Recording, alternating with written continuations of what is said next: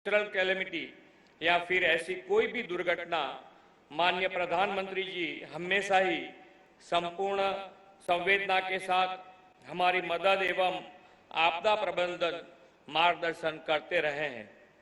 आपके निरंतर मार्गदर्शन से इस दुर्घटना में बचाव राहत कार्य के लिए हमें बल मिला है। मुझे विश्वास है कि आपकी नेतृत्व और दिशा दर्शन में गुजरात इस हादसे से निकलकर जल्द ही फिर विश्व विकास की तेज रफ्तार पर गतिमान होगा। देश के यशस्वी प्रधानमंत्री श्री नरेंद्र मोदी जी की प्रेरणा से हमने आजादी का अमृत महोत्सव मनाकर अमृत काल में प्रवेश किया है। प्रधानमंत्री जी के इस अमृत काल में हमें 5 संकल्प दिए हैं। इस 5 संकल्प में से एक है अपनी विरासत पर गर्व करना। आजादी आंदोलन के सेनानी वीर शहीदों की विरासत का गौरव सम्मान इस अमृत काल में करने का प्रधानमंत्री जी ने आह्वान दिया है। आजादी का अमृत महोत्सव तहत हर घर तिरंगा अभियान से राष्ट्र सम्मान, राष्ट्र हित सर्वोपरि का भाव प्रधानमंत्री जी ने देश के जन जन में उजागर किया है। आजादी के वटवृक्ष को अपने बलिदान तथा संपूर्ण समर्पण से संचित करने वाले मानगढ़ के वनबंधु आजाद आदिजाति समुदाय की स्मृति जनमानस में पुनः जागृत करने का आज ऐतिहासिक अवसर है। ये हमारा गौरवशाली इतिहास है कि आदिवासी भाई बहनों ने भी स्वतंत्रता संग्राम में बढ़ चढ़कर हिस्सा लिया और अलग अलग आंदोलन के माध्यम से अंग्रेजों के खिलाफ लड़ाई लड़ी। हमारा आदिवासी समाज एक बलिदानी समाज है। राजस्थान, गुजरात और मध्य प्रदेश के त्रिसंगम पर स्थित यह मानगढ़ हिल हमारे आदिवासी भाई बहनों की वीरता के अनेक उदाहरणों में से एक है। आज मैं इन सभी शहीद आदिवासी जनों को नमन करना चाहूंगा जिन्होंने अपने प्राणों की आहुति देकर स्वतंत्रता संग्राम में अपना अमूल्य योगदान दिया। लेकिन 17 नवंबर 1913 का वो काला दिन कौन भूल सकता है जब अंग्रेजों ने लगभग 1500 आदिवासी भाई बहनों को गोलियां से भून दिया था। जलियांवाला बाग हत्याकांड से भी भीषण इस मानगढ़ हत्याकांड में हजारों आदिवासी राष्ट्र प्रेमी युवाओं ने अपने प्राणों की आहुति दे दी। गुरु गोविंद के आह्वान पर 1.5 लाख से अधिक आदिवासी ब्रिटिश हुकूमत के खिलाफ इस आंदोलन में शामिल हुए और अंग्रेज ने इकट्ठे हुए इन आदिवासी जानों पर गोलियां की बौछार कर दी थी। श्री गोविंद गुरु जी मानगढ़ के बिल आदिवासियों द्वारा आजादी के क्रांति के नायक के रूप में पूजे जाते हैं।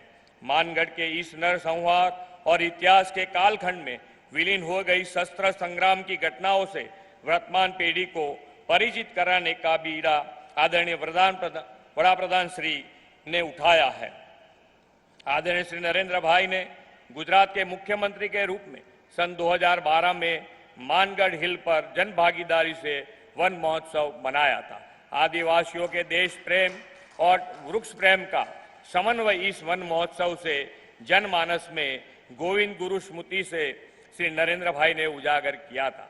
देश के स्वतंत्रता संग्राम में अमूल्य योगदान देने वाले वनवासी परिवारों को स्वतंत्रता के दशकों बाद विकास के मुख्य प्रवाह में लाने के ठोस कदम श्री नरेंद्र भाई के नेतृत्व में गुजरात ने उठाए हैं। राज्य की विकास यात्रा में आदिजाति समाज की सक्रिय भागीदारी सुनिश्चित करने के उद्देश्य श्री नरेंद्र भाई ने वनबंधु कल्याण योजना का अमल शुरू करवाया है। इस योजना तहत अब तक 1 लाख करोड़ से अधिक रुपयों की लागत से अनेकों विकास कार्य वनबंधु विस्तार में संपन्न हुए हैं। वनबंधु परिवार के संतान को समय अनुकूल शिक्षा के अवसर प्रदान करने के अभिगम से 2000 से अधिक प्राइमरी स्कूल के 6000 क्लासरूम में ज्ञान प्रोजेक्ट अंतर्गत स्मार्ट इंटरएक्टिव बोर्ड का लाभ डबल इंजन सरकार में मिल रहा है। आदिजाति युवाओं को मेडिकल एजुकेशन अपने ही विस्तार में प्राप्त करने के लिए वलसाड़, दाहोद, गोधरा में मेडिकल कॉलेज कार्यान्वित किए गए हैं। इतना ही नहीं, मानगढ़ क्रांति के महानायक गोविंद गुरु का नाम जोड़कर गोविंद गुरु यूनिवर्सिटी भी उच्च शिक्षा के लिए स्थापित की है। आदरणीय प्रधानमंत्री श्री नरेंद्र भाई ने आजादी की जंग में आदिवासी वनबंधु समुदाय के अप्रतिम योगदान, साहस और शौर्य को विश्व समक्ष उजागर करने का यह अनमोल राष्ट्र गौरव अवसर हमें मानगढ़ धाम की गौरव गाथा के माध्यम से दिया है। इस गौरव अवसर के लिए आदरणीय प्रधानमंत्री जी का वनवासी समुदाय की तरफ से आभार प्रकट करते हुए मैं अपनी बात पूर्ण करता हूं। मानगढ़ धाम की जय, भारत माता की जय, वंदे मातरम, जय जय गरवी गुजरात। इतिहास साक्षी है, जब जब भी भारत की एकता अखंडता का उसके लिए बलिदान होने का अवसर आया, आदिवासी समाज ने कभी पीठ नहीं दिखाई। आप राणा पुंजा की बात कर लो, अभी हम जिन बातों कर रहे ऐसे सैकड़ों महापुरुषों की बात कर लो, पर इन 75 साल में हमको इतिहास में वो सम्मान और स्थान नहीं मिला। हमको लेखकों ने, इतिहासकारों ने अलग अलग शब्दों से नवाजा, परंतु आज वह फिर से पुनः ऐतिहासिक पल और दिन हम सबके सामने उपस्थित है, जब हम सबको हमारे महापुरुषों की गौरव गाथा और उनकी बलिदान की माटी की वंदना करने का मौका मिल रहा है। इसी कड़ी में मैं आगे राजस्थान के मुख्यमंत्री माननीय श्री अशोक जी गहलोत साहब से निवेदन करता हूं कि आप आएं और अपना वक्तव्य हम सबको दें।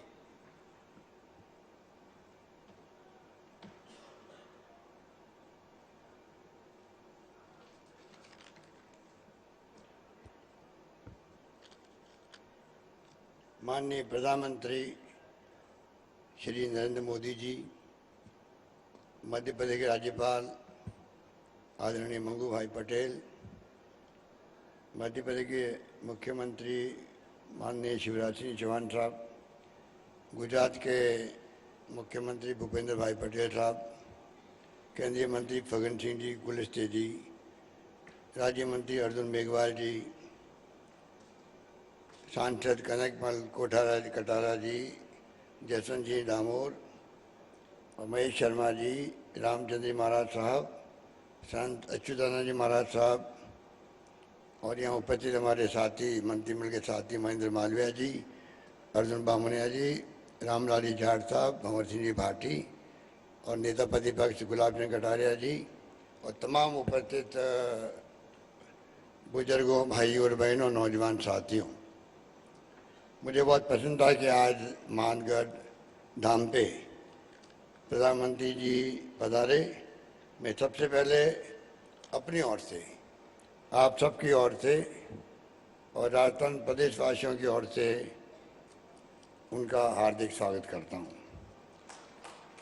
मुझे खुशी है कि आप जानते हैं कि मेवाड़ की धरती, वागड़ की धरती का अपना एक इतिहास रहा है और मानगढ़ धाम ने जो इतिहास रचा है वो देश के स्वर्णिम अक्षर में लिखा गया है।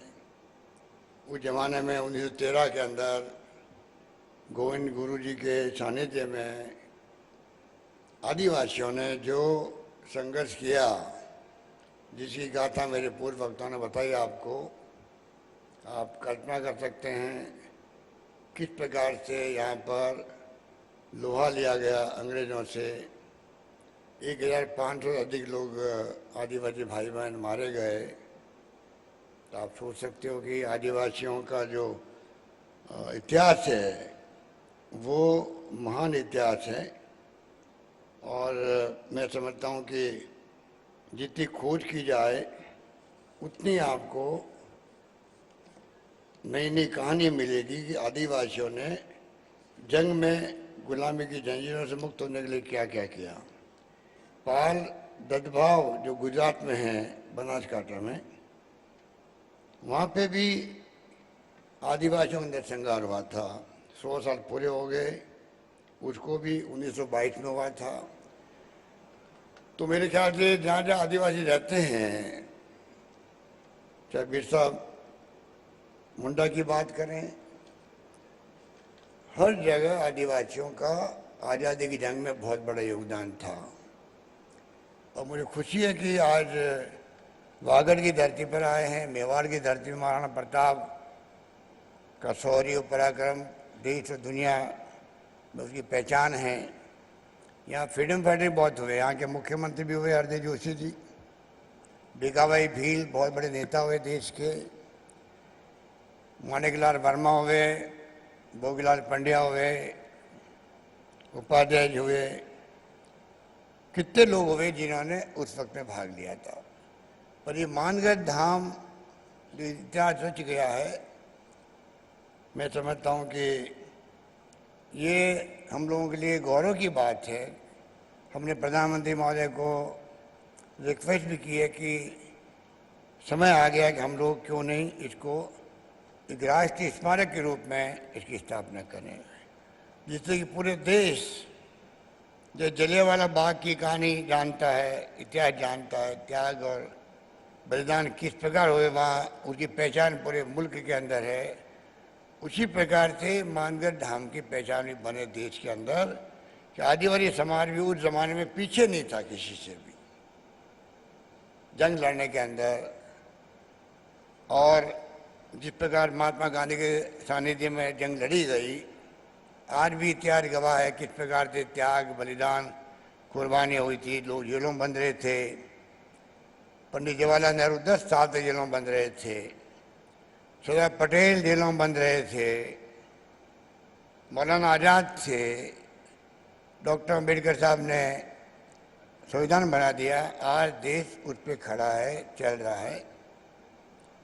और जिस प्रकार से लगातार हम देख रहे हैं एक के बाद एक जो देश इतिहास बना रहा है दुनिया के अंदर, उसके बारे में मुझे कहना नहीं, क्योंकि आज दुनिया की पहचान भी हमारे मुल्क का जो मान सम्मान है वो कहाँ से कहाँ पहुँच गया। कहाँ तो हम गुलामी की जंजीरों में झगड़े हुए थे, जिसकी कहानी हम यहाँ बैठ के कर रहे हैं, और कहाँ पर आज देश कहाँ पहुँचा है। प्रधानमंत्री मोदी जी जाते हैं दुनिया के मुल्कों में तो कितना सम्मान मिलता है इनको। क्यों मिलता है?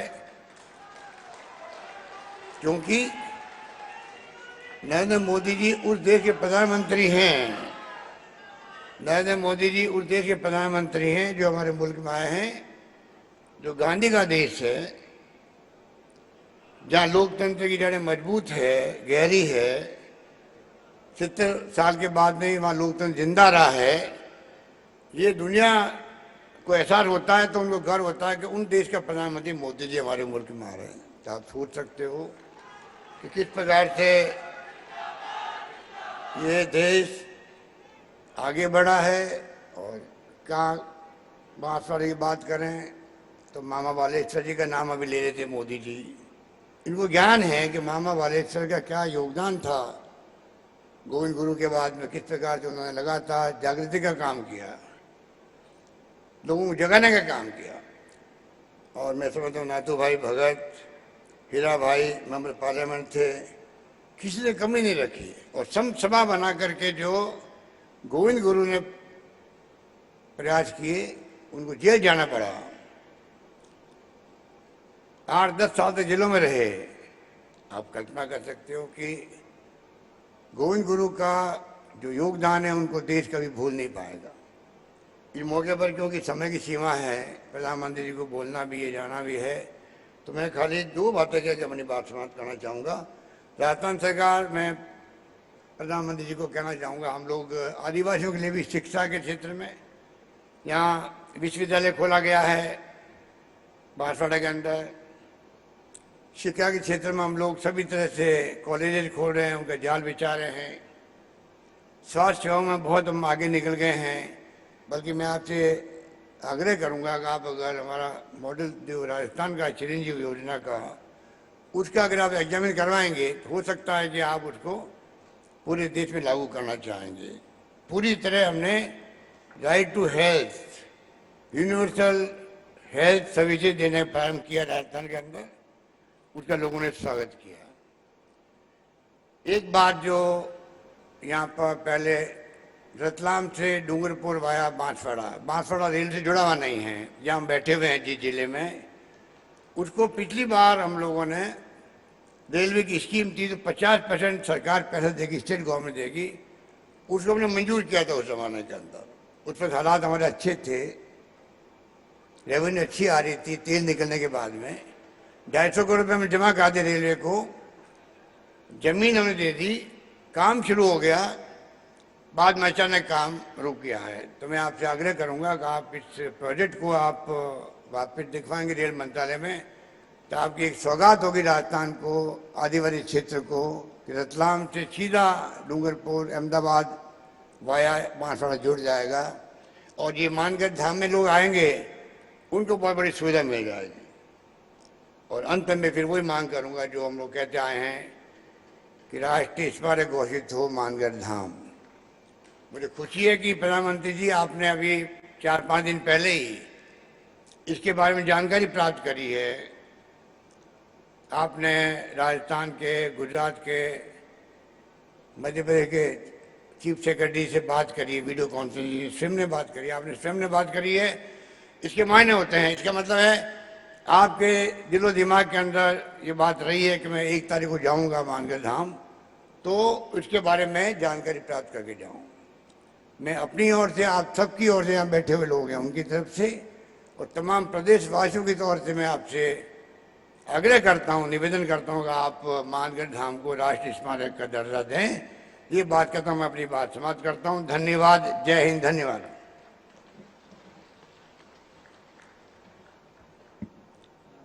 गोविंद गुरु जी के ऊपर एक 5 मिनट की मूवी बनी हुई है। मैं उनसे आग्रह करता हूं कि वे उसको चलाना शुरू करें। आजादी के अमृत महोत्सव का लक्ष्य स्वतंत्रता संग्राम से जुड़ी वीरता की अनसुनी कहानियां और अनसुने वीर नायकों की कथा को उजागर करना और उनके आदर्शों को अपने जीवन में आत्मसात करना है। ये शौर्य गाथा देश में सदियों से घुले मिले कई जनजातियों में से प्रमुख भील जनजाति और उनके बीच स्वराज का बीज बोने वाले और उन्हें नई पहचान दिलाने वाले महानायक गोविंद गुरु की है।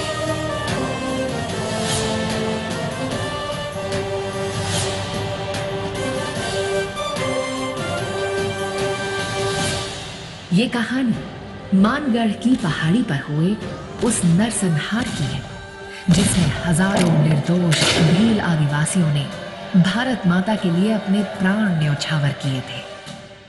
गुजरात की सीमा में मानगढ़ पहाड़ी पर स्मृति वन बना है जिसका उद्घाटन तत्कालीन मुख्यमंत्री और वर्तमान प्रधानमंत्री श्री नरेंद्र मोदी जी ने किया था। आज भूमि पर गोविंद गुरु ने प्रेरणा दी, निशस्त्र समाज सुधारक तरीके काम कर रहा है भगतों समूह संप सभाना लोगों आ संप सभाना लोगों समाज सुधारવાનું કામ કરે, અંગ્રેજ સલ્તનત સામે પોતાનો અવાજ ઉઠાવે।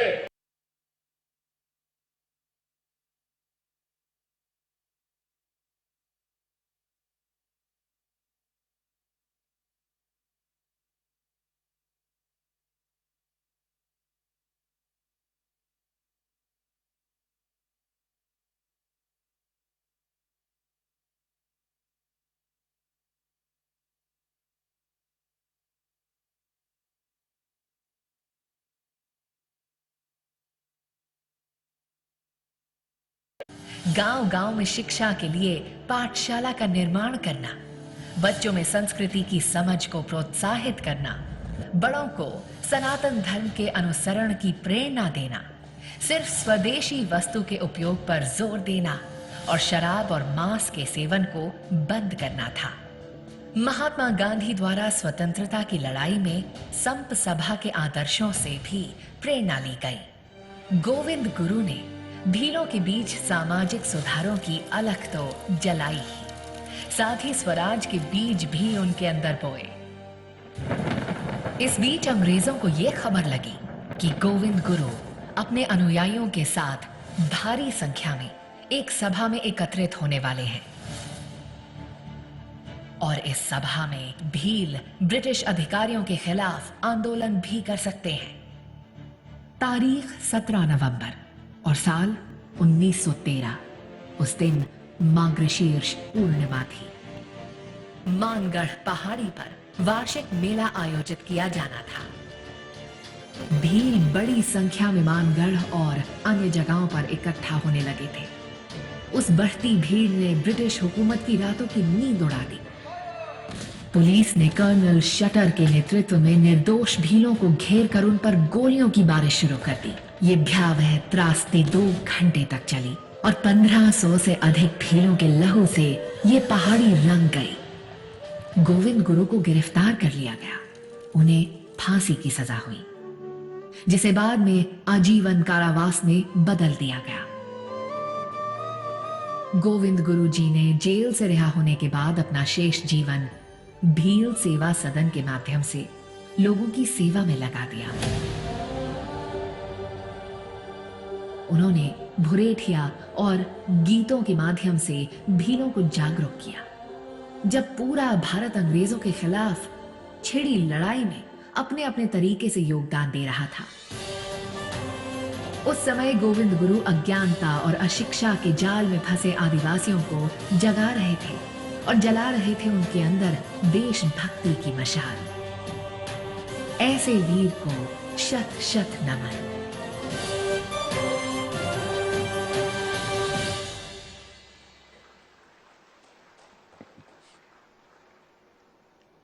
सच में भारत आजाद होने के इन 75 सालों में उसके पहले का या अभी का जो इतिहास लिखा गया है, ये ठीक वैसा है।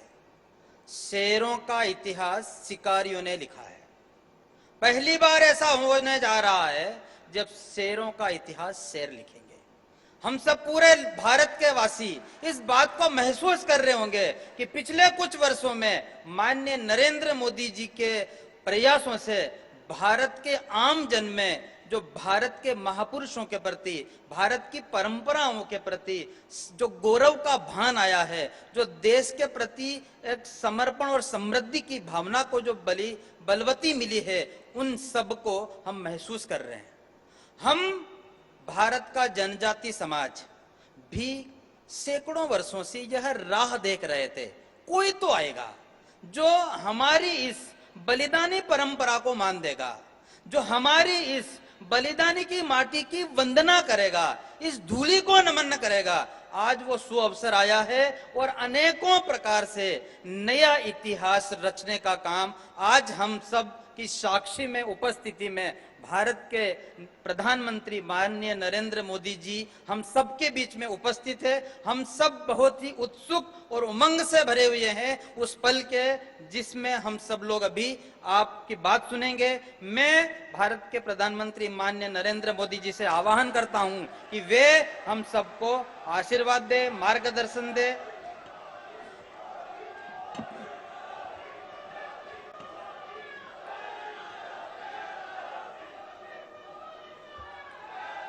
भारत माता की, भारत माता की।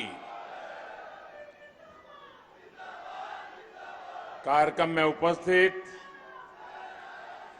राजस्थान के आदरणीय मुख्यमंत्री श्रीमान अशोक गहलोत जी, मध्य प्रदेश के गवर्नर और आदिवासी समाज के बहुत बड़े नेता श्री मंगूभाई पटेल, गुजरात के मुख्यमंत्री श्री भूपेंद्र भाई पटेल, मध्य प्रदेश के मुख्यमंत्री श्रीमान शिवराज सिंह जी चौहान, मंत्री परिषद के मेरे सहयोगी श्री फगन सिंह कुलस्ते जी, श्री अर्जुन मेघवाल जी, विभिन्न संगठनों के प्रमुख व्यक्तित्व, सांसदगण, विधायकगण और मेरे पुराने मित्र, आदिवासी समाज की सेवा में जिन्होंने अपना जीवन समर्पित किया है, ऐसे भाई महेश जी और विशाल संख्या में पधारे आए, दूर सुदूर से मानगढ़ धाम आए हुए मेरे प्यारे आदिवासी भाई और बहनों, मेरे लिए खुशी की बात है कि मुझे आज फिर एक बार मानगढ़ की इस पवित्र धरती पर आकर के सर झुकाने का अवसर मिला है।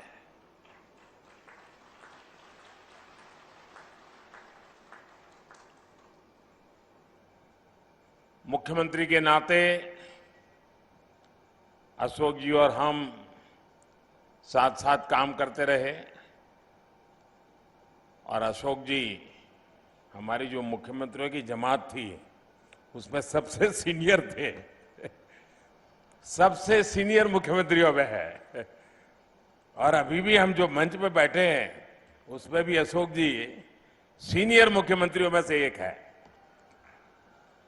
तो उनका यहां आना, इस कार्यक्रम में उपस्थित रहना, साथियों आजादी के अमृत महोत्सव में हम सभी का मानगढ़ धाम आना, ये हम सबके लिए प्रेरक है, हमारे लिए सुखद है। मानगढ़ धाम जनजातीय वीर वीरांगनाओं के तप, त्याग, तपस्या और देशभक्ति का प्रतिबिंब है। ये राजस्थान, गुजरात, मध्य प्रदेश और महाराष्ट्र के लोगों की साझी विरासत है। परसों यानी 30 अक्टूबर को गोविंद गुरु जी की पुण्यतिथि थी। मैं सभी देशवासियों की तरफ से गोविंद गुरु जी को पुनः श्रद्धांजलि अर्पित करता हूं।